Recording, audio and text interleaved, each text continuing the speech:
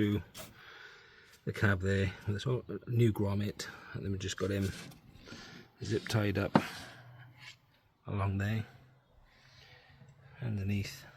Normally that wire be in with a factory loom, but we're aftermarket fit in.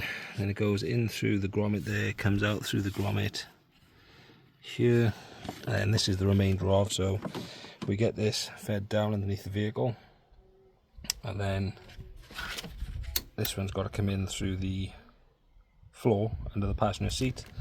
So you've got fog light and reverse light. Reverse light's for the 13 pin, and those two are for fog light. You integrate them to the loom depending on what headlight plug you've got. So in here you've got the CAN bus wires there. They integrate to the same colours on the CAN bus system on the white plug, and then you got this black and red that integrates to the same colour on the black plug there. And then if you've got this style plug, there's a particular way you've got to install to the loom that's down there. I'll show you that in a bit. But we leave all this apart now until everything's in and tested, and we button that bit up last in case we've got to come back to those connections. And if you feed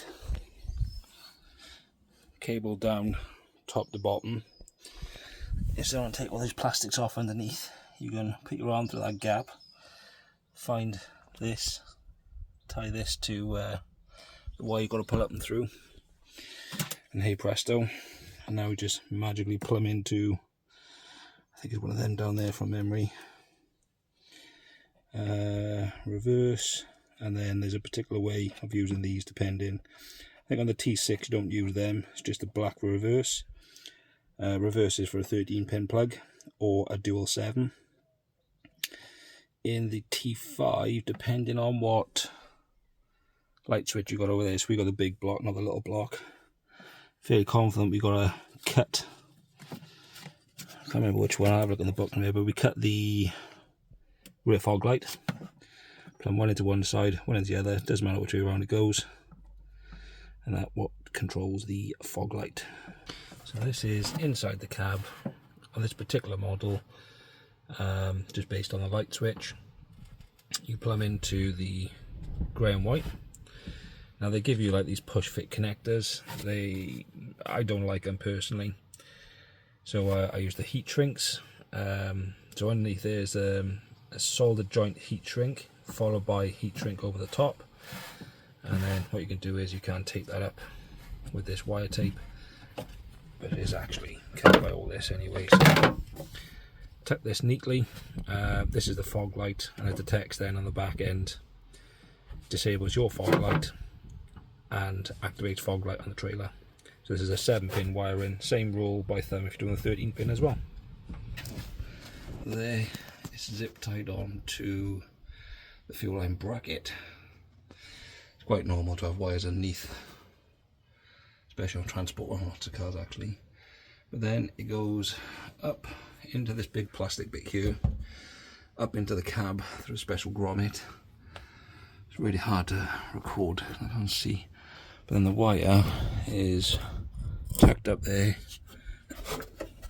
all up underneath the heat shield, zip tied there so it doesn't fall down here, and then the rest of it is underneath all that, all the way down,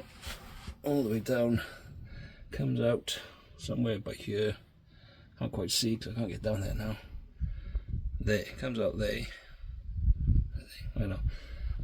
Comes out there, beg your pardon. Goes under the handbrake, well away from the mechanism. Goes out to the right. I'll film the rest now from down the bottom. Okay, so you've got the loom coming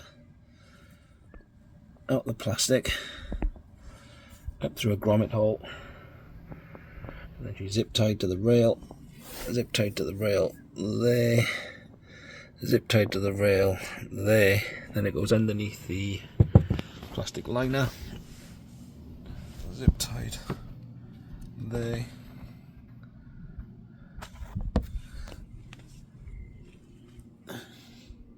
there's your factory fitted loom. So here you got right and left light, and then I'll go turn the fog light on now, and then that one will light up.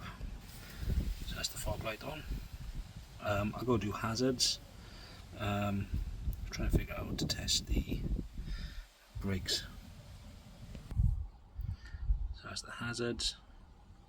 If I go left and right, they're both going to do the same thing on the vehicle. And then on the trailer, I'll go wedge the brake pedal now. And that's what we call a full house. There's brake light. So that's it, job done.